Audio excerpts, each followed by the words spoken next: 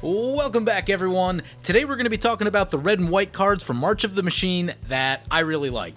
I'm going to try to keep this video short, but that never really works out for me. With that, let's get into it. The first one, Sword of Once and Future, the final sword. Sword of Once and Future, 3 mana. Equipped creature gets +2/+2 and protection from blue and black whenever it deals combat damage to a player, surveil 2, then you may cast an instant or sorcery spell with mana value 2 or less from your graveyard without paying its mana cost, exile that spell instead. So first off, this is the final sword in the color sword cycle, which is kind of exciting, but also a little sad, just because, for many years, people have always speculated what the last couple swords would be, and now we have them all, and I don't know, maybe they start making shard swords next, we'll see. Anyway, this sword is really interesting, and is probably better than quite a few other ones in the group. Basically, you can stack the top of your library or your graveyard, and then you get a spell back, which is really cool. Now, I think this one's going to be really, really good in 1v1, because spot removal is really good in 1v1. It loses a little bit of steam in multiplayer Commander, though you still run some of it. Because I think it's going to be good in 1v1 formats, I do think that means it's probably going to hold a price tag, which is a little unfortunate.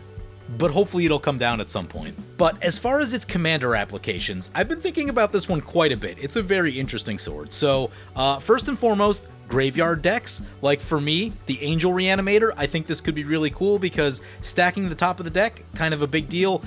Putting certain things in the graveyard if you don't need them, if it's like Raya Dawnbringer and I have a Reanimate spell in hand, I'd rather just put Raya to the graveyard. And second, that getting a spell back thing is really cool and is really interesting. And in particular, I actually talked about this in a video the other day, that like mono white basically has no way to get like instants and sorceries back from your graveyard. It's just not a thing that it does well at all, and this gives you some amount of that. Even getting a swords or a path back late in the game can really shift a game if there's something nasty on the board. I mean, even like a Gift of Estates, make sure you keep hitting all those land drops. I'd be down for that.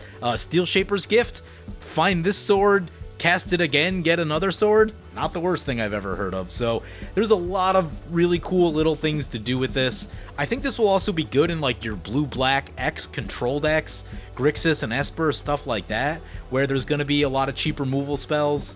Basically, I think the only place this sword's actually going to be kind of awkward is in like straight go wide aggro. If you're running like 30 or more creatures in your deck, that might be like the worst use case for this sword. And even then, it still won't be bad. It just may not be insane. But yeah, I think the applications for this sword are going to be wide-ranging and very interesting. I think any deck with a lot of cheap spells, I think decks that want to put stuff in their graveyard. So yeah, there's a lot to like about this thing. And always with all of these swords, make sure to evaluate them when you're considering a creature with double strike, because that will change how effective some swords are versus a single trigger. Anyway, this thing looks really cool. Let's move on from this. Next up, we've got the new Elesh Norn. Also looks really cool. So it's a flip card.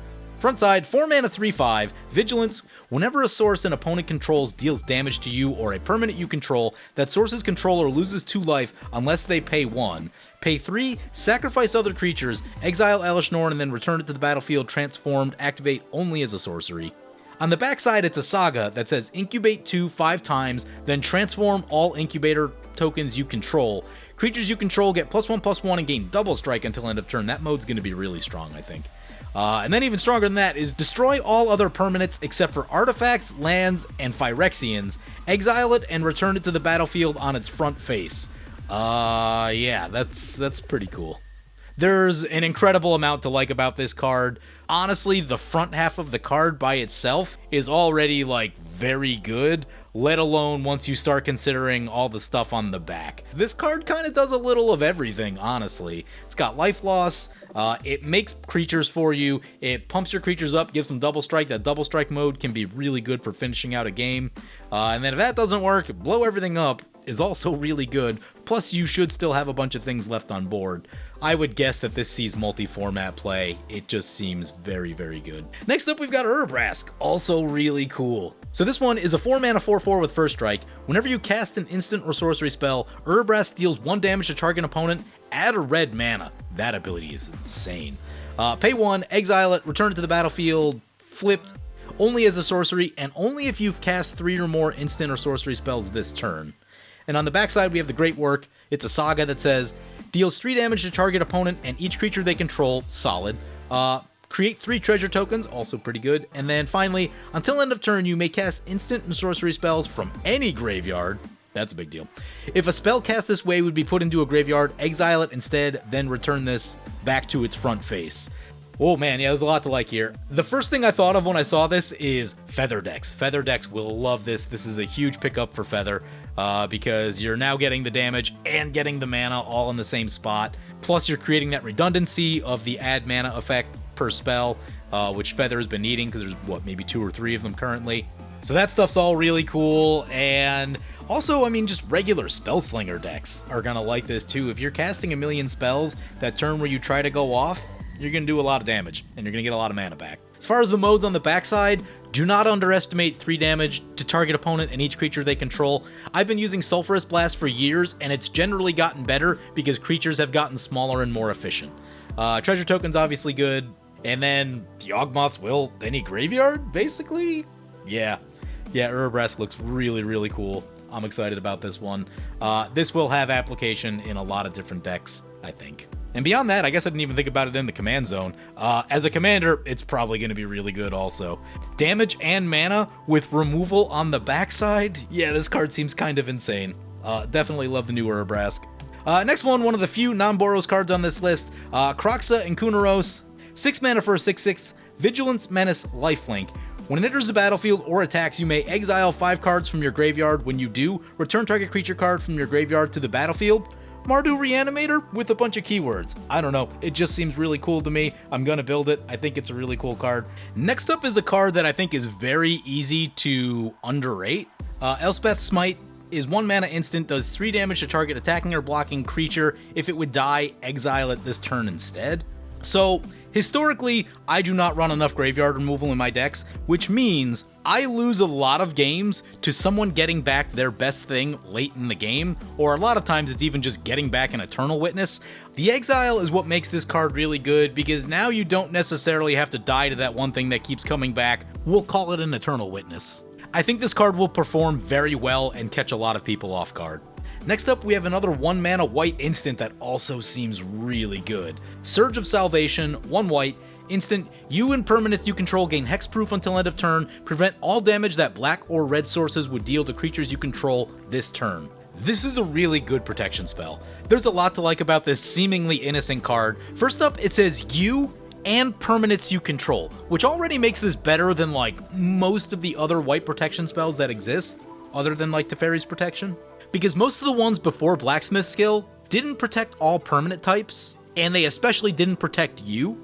So that's a pretty big deal. The second part is preventing all damage that black or red sources would deal to creatures you control. Blasphemous Act is one of the most played cards in the format, and one of the most played red cards overall. So anything that gives you protection from Blasphemous Act is already a worthwhile card, in addition to the fact that this can neuter a black or red deck for a turn in combat, which is pretty good. And as I mentioned already, it gives hexproof to you, which is good against like the big burn spell, the Comet Storm that's trying to kill you, an Aetherflux Reservoir trigger, or really anything that says target opponent, which actually, a lot of things that exile graveyards usually say target opponent's graveyard, so you could actually theoretically protect your own graveyard against a number of different cards with this. So this is a really cool card that I think should go in a lot of decks, because I think most decks will become better with Surge of Salvation in it. This card will just find a way to make itself useful. Next up is Sunfall. This is the new white board wipe. 5 mana, exile all creatures, incubate X, where X is the number of creatures exiled this way. Couple things here. If you've ever played Phyrexian Rebirth is actually a fairly underrated card.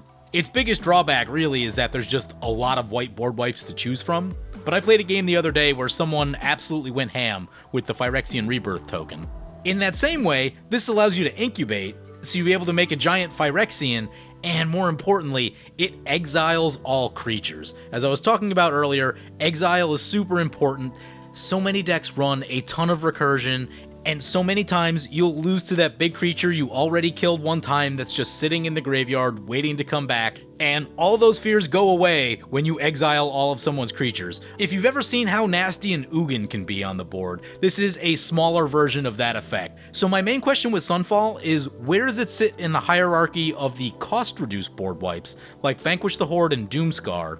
And the other white board wipe that I absolutely love is Rout. I think Sunfall is going to fit probably within like the top 4 or 5 white board wipes. I think it's that good. Next up is a really interesting card, Realmbreaker the Invasion Tree. 3 mana legendary artifact, pay 2, target opponent mills 3 cards, put a land from their graveyard onto the battlefield tapped under your control. It gains, if this land would leave the battlefield, exile it instead of putting it anywhere else, pay 10, sacrifice it, search your library for any number of Praetor cards, put them onto the battlefield, then shuffle. Honestly, just using that 2 ability is really good.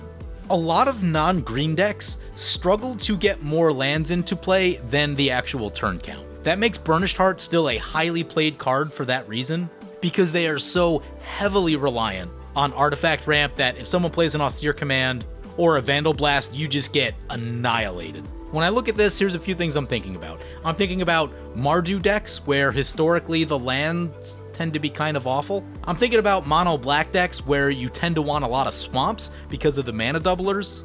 I'm thinking about Ashling, which is another deck that's just like super hard to get extra lands into play because I don't attack that much with Ashling. And so yeah, the Voltron decks obviously have Sword of the Animist and Hearthenholm, which are fantastic. But for decks that aren't really wanting to attack every single turn, this is a really nice way to get some extra lands into play. And like, honestly, I probably won't even build around that 10 ability, though I may shove whatever random Praetor is in the colors in the deck, just in case. But yeah, I think this card is really cool and is going to help a lot of non-green decks to have more sustainable land ramp, as to not get nuked by a Vandal Blast late in the game. Next up is another card that I think is probably going to get overlooked by a lot of people, at least at the start. Beamtown Beatstick is 1 red mana for an equipment that gives equipped creature 1/0 and menace. When it deals combat damage to a player or battle, create a treasure token and equip 2. So if you like any of those cheap treasure producing equipment, this is the best of the bunch by far because it gives menace. The 1/0 is nice and may factor in at certain points as well, but the fact that there's evasion on this makes this clearly better than most of the other options, the Reaver Cleaver notwithstanding. But for me, this is going to go in a lot of different decks, especially anything equipment based, and probably just a lot of other aggro based decks, because of the menace, because of the treasures, and just that repeatable value. As I was thinking about this, I'm like, is this card Mask of Memory good? And where I landed is, no, it's probably not Mask of Memory good, but I don't think it's that far away either. So this will be an insanely good common. I recommend putting this in like most of your red decks. Next up, we've got 2 cards that are really more specific to me than anything. We've got Ortheon, Hero of Lavabrink, and Anarchy Javelier. Ortheon, by the way, is out of the Jumpstart product, just to note. But you pay 2, tap it, create a token that's a copy of another target creature you control, it gains haste, sacrifice it at the beginning of the next end step, activate only as a sorcery, pay 9, tap it, create 5 tokens that are copies of another target creature you control, they gain haste, sacrifice them only as a sorcery. This is basically Kiki Jiki on steroids, which will be able to do a lot of crazy stuff. It sucks that you can't do it at instant speed. But late in the game, creating 5 tokens of whatever your best creature is probably game winning. And for me, the main draw with these 2 cards is that I'm going to try them out in my tap creature tribal deck. Ortheon should be insane. Anarchy isn't really that good, but within the scope of tap creature tribal, I think it could actually punch out a lot of damage. So I'm just excited to try it, but Ortheon obviously is going to be very good as a commander also, if you like those Kiki Jiki style of decks. Now we get into the invasions. So first off, I love the flavor of the invasions. I think they did an awesome job with the new card type. That being said, the battles are new card types, and that does make them kind of difficult to evaluate until you actually see them a little bit.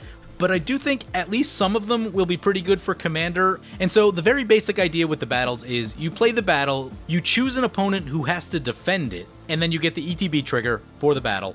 And then you or anyone else who's not the defender can attack the battle, and when all of its counters are removed, it flips over onto the backside. So I think these are cool because they generate incremental value. Like, most of them won't just blow you away, but if you're playing the type of deck that's like doing a bunch of small things that all kind of add up into something bigger, I think in general that's where you'll see some battles. Most of them won't just win you the game outright, they're about generating small amounts of value here and there, which I think is cool. Anyway, let's take a look at this first one. It's Invasion of Karsus. 4 mana for a 4 counter battle. I forgot what they call the counters on these things. 4 loyalty? It's not really loyalty, is it? Anyway, enters the battlefield, it deals 3 damage to each creature and each planeswalker. Again, I've talked about this. I've played Sulphurous Blast for ages, and it kills more things than you think it's going to. So that by itself is already like a very playable card. And then, once you flip it over, you have a 4/4 that has Ward 2, pay 2 life. Whenever you cast a spell, it deals 2 damage to each opponent. So where is this going to be good? This is another card that's going to be pretty good for Feather, if you're into that Spellslinger style of Feather. However, the fact that it's a sweeper also means that you might just run it anyway, even if you're not specifically on that build of Feather. But realistically, with the backside, so many decks, like any red deck, put a damage doubler on it, Torbrand, Spellslingers, aggro decks, I don't know, it can kind of just go everywhere. So I think this is going to be a really good card that we'll see play in a lot of different decks, and I'm pretty excited about it. Next invasion is Invasion of Kaldheim. 4 mana for a 4 loyalty battle. When it enters the battlefield, exile all cards from your hand, then draw that many cards. Until the end of your next turn, you may play the cards exiled this way. That front half's kind of cool. It gives you a new hand, and then turns the cards into your hand into Impulse Draw, which I think is really interesting. And then on the backside, you have Pyre of the World Tree. Discard a land card. It does 2 damage to any target. Whenever you discard a land card, exile the top card of your library. You may play that card this turn. So, honestly, the front half of the card is good enough by itself to go into a lot of decks. Basically just giving you extra cards to work with, which I'm already cool with. And I can actually envision myself, like, not even bothering to flip it over, though the backside is cool too. Where the backside's going to be really good is in the lands decks, like Borboremos, or any of the other Seismic Assault type decks. But also, whenever you discard a land, you get to impulse the top of your library. That's just good when you're flooded, also. So this is another really good battle card. This will go into probably a lot of red decks. I also love the idea that, like, if you're flooding and someone casts that wheel where you draw like 5 lands, it gives you some way out of that, which I think is really cool. So this card is going to be sweet, a lot of card advantage, and I think it'll go in a lot of different decks. Next up is Invasion of Ravnica. 5 mana, comes in with 4 counters on it. When it enters the battlefield, exile target non-land permanent and opponent controls that isn't exactly 2 colors. It's a pretty cool flavor right there, I like that. And then on the backside, it's a 5/5 that says, whenever you cast a spell that's exactly 2 colors, look at the top 6 cards of your library. You may reveal a card that's exactly 2 colors from among them, put it into your hand. So you get a 5/5 that generates card advantage for cards that are exactly guild colors. Being that this is colorless, I think this will be able to go into a lot of different decks, and it's maybe a little bit overcosted as a piece of removal, but the fact that it turns into a creature and is then going to generate more value for you does seem pretty cool. So, but the most obvious inclusions for this card are going to be General Ferrus Rokirik and 5-color Niv Mizzet, but I think this will be able to go into a lot of other decks as well. Next up is Invasion of Gobakhan. 2 mana, comes in with 3 counters, enters the battlefield, look at target opponent's hand. You may exile a non-land card from it for as long as it remains exiled. Its owner may play it. It costs 2 more to cast. That's actually a really interesting effect in White. White doesn't have effects like that. Being able to delay whatever nasty card your opponent is trying to cast in the early and mid game is gonna be a pretty big deal. I was thinking about this, like, if they're trying to get that mana doubler in on turn 5, slowing that down 2 turns is a pretty big deal. Sometimes, even if it's like the board wipe, you know, if the board's starting to look nasty, you have a lot of stuff in play, and they're on exactly the mana they need to cast it, slowing that down for a couple turns can be a big deal. It may lose a little bit of steam as the game goes later and opponents have more mana. But then you have the backside of the card, which I think is also pretty cool. At the beginning of your end step, put a +1/+1 counter on each creature that attacked this turn, sacrifice it, creatures you control gain hexproof and indestructible until end of turn. So you'll slowly make your team bigger, and you can crack it for hexproof and indestructible, which are always really good effects. So I think this one does a lot relative to its very cheap mana cost. Next up is Invasion of Dominaria. 3 mana, comes in with 5 counters. When it enters the battlefield, you gain 4 life and draw a card. On the backside, it's a Sarah Angel, 4/4 Flying Vigilance. This one isn't going to blow you away, but it gives you something to do in the early game. It replaces itself with a draw. You gain some life. The fact that it's a permanent means that you can like Sun Titan this thing into play, which is kind of cool, and get a free draw that way and eventually flip it over. It's cool for small amounts of value. Love the art on Sarah Faithkeeper though. That one's really cool. Next up is Monastery Mentor. Not a new card. I'm just really excited that they're reprinting it because historically it's been very expensive. There was a reprint somewhat recently and it did come down quite a bit, but this one should bring it down even more. Great for feather decks, great for token decks, great for just like a lot of white decks in general, really. And it's a card that I really haven't played that much just because it has been so expensive throughout a lot of its history. So very excited for the reprint on Monastery Mentor. Next up is a key Scrap Chomper. The main draw for this card is going to be decks that make a lot of treasures. In particular, if you just played a Dockside Extortionist and have like 10 to 20 treasures laying around, this is a cute little way to draw some extra cards and not run out of stuff to do. It could also be good in decks like Oskier or other heavily artifact-based decks where you might be spitting out a lot of artifact tokens for some reason. It'll be pretty narrow in its usage, but I do think it'll have a home somewhere and could be kind of cool for those decks. Next up is Quintorius Loremaster. 5 mana for a 3/5, Vigilance. At the beginning of your end step, exile target non-creature, non-land from your graveyard, make a 3/2 red and white spirit. Pay 3, sacrifice a spirit, choose target card, exile with Quintorius. You may cast that card this turn without paying its mana cost. If that spell would be put into the graveyard, put it on the bottom of its owner's library instead.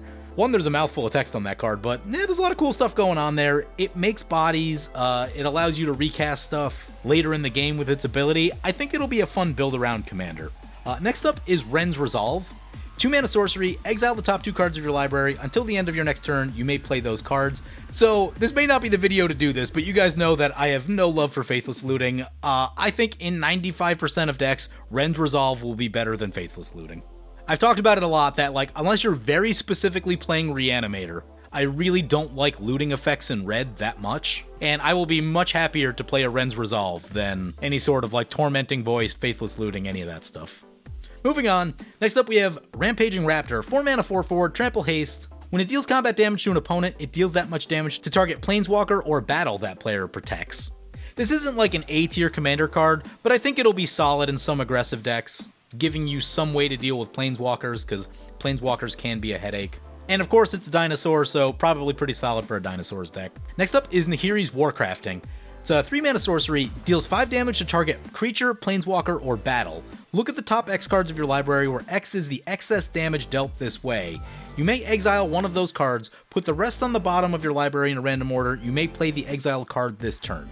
I don't think this is going to blow away the commander format, but I think it's a really interesting piece of spot removal in that it replaces itself and you're getting to look at potentially a couple cards deep and choosing the best one of that. Where I think this could be useful is in a deck that's able to copy spells, because then you're theoretically able to keep getting more and more cards that you can keep casting if you're having some sort of big storm turn. But I also think it's just a halfway decent piece of spot removal for red, since historically red spot removal's usually not the best. So yeah, when I look at this, I'm thinking like, let's shoot an Oracle of Moldiah and get a card back, right? I think that's a pretty solid place to be. Next up is Into the Fire. This is another one that's not just going to blow you away. 3 mana sorcery, choose one. It does 2 damage to each creature, planeswalker, and battle, or put any number of cards from your hand on the bottom of your library, then draw that many +1.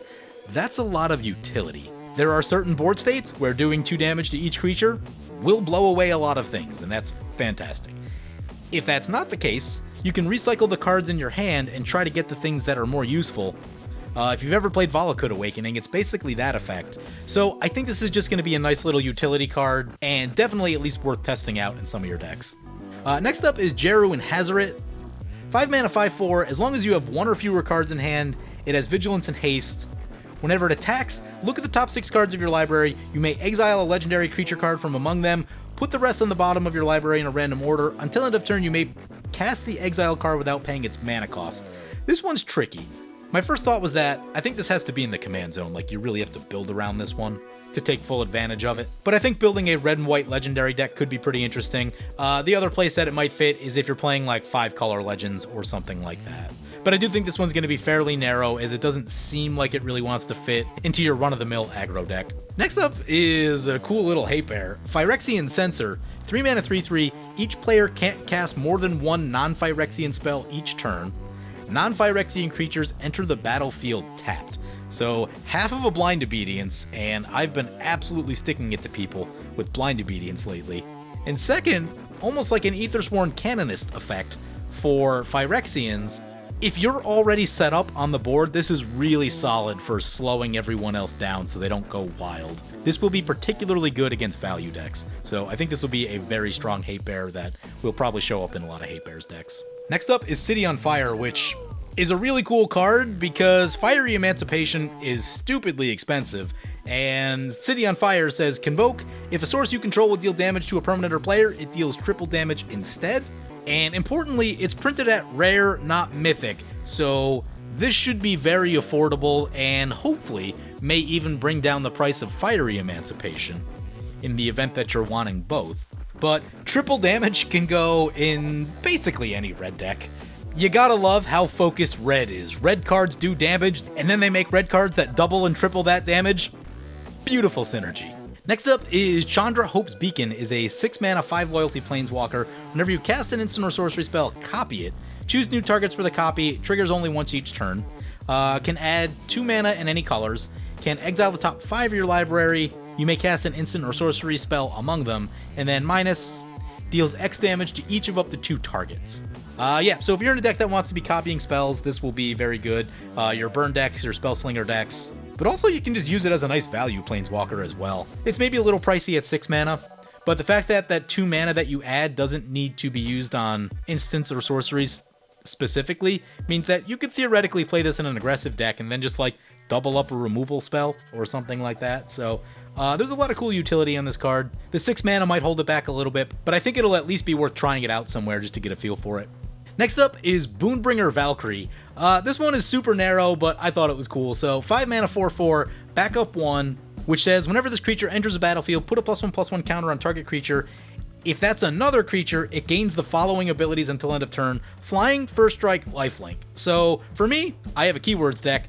This is going to be really good in a keywords deck. But also, as I was thinking about it more, giving things lifelink can also be a pretty big deal, because lifelink is not the easiest keyword to get. So decks that care about gaining life, this could be very, very solid. And of course, it's an angel, so you can put it into your angel deck as well. Putting lifelink on an Avacyn seems like a pretty good time. So I like this one, but it will be pretty narrow in which decks it wants to go into. Next up, we have Seal from Existence. 3 mana enchantment, ward 3. Whenever it enters the battlefield, exile target non-land permanent an opponent controls until it leaves the battlefield. Another one of these O-ring type cards. But the fact that it has ward 3 means that it's kind of a pain in the butt to blow up, so I think that was kind of cool. For the most part, this will be good for Enchantress decks. However, you could just run this as a single piece of spot removal in a random deck, and I think it'll be just fine. Next up, we have Guardian of Ghirapur and Scroll Shift. Both of them allow you to exile a thing and then get it back. Both great for Blink decks. There are a lot of other cards that exist within this space. Guardian is an angel, which means hitting a Karmic Guide could be a pretty good idea. Scroll Shift is a nice bit of redundancy for this type of effect in white. Then we have Dusk Legion Duelist. 2 mana 2/2, Vigilance. Whenever 1 or more counters are placed on it, draw a card, triggers only once each turn. I actually have a Boros +1/+1 counters video coming out within the next couple days here, and I was surprised about how many +1/+1 cards actually exist in the Boros space. So you'll need to have a +1/+1 counters deck, but in a +1/+1 counters deck, I think this is a pretty solid card. Next up is Burning Sun's Fury. Very simply, this is a feather card. I don't know if it's better than other feather cards, but 2/0 in haste is pretty solid. And finally, we've got Bloodfeather Phoenix. I have a Phoenix deck, so I'm just excited that there's another Phoenix. This one says, whenever an instant or sorcery spell you control deals damage to an opponent, you may pay a red. If you do, return it from the graveyard to the battlefield. It gains haste. Love it. Nope, final one. Knight Errant of Eos. 5 mana 4/4, convoke, enters the battlefield, look at the top 6 of your library. You may reveal up to 2 creature cards with mana value X or less from among them, where X is the number of creatures that convoked Knight Errant. Put the revealed cards into your hand, then shuffle. I think this could be cool in probably like an Abzan deck or green-white deck where there's going to be a lot of cheap creatures running around and you're looking at cheap value. This could be a cool little way to refill your hand. So anyway, those are the cards that I personally like from March of the Machine. I think some of the Praetors look really cool. The sword looks really cool. I'm excited to try out the battles. New card types are always interesting because until you really play with them, it's kind of hard to tell just how good they'll be. But anyway, hope you guys enjoyed the video. As always, feel free to comment, like, or subscribe. Thank you for watching.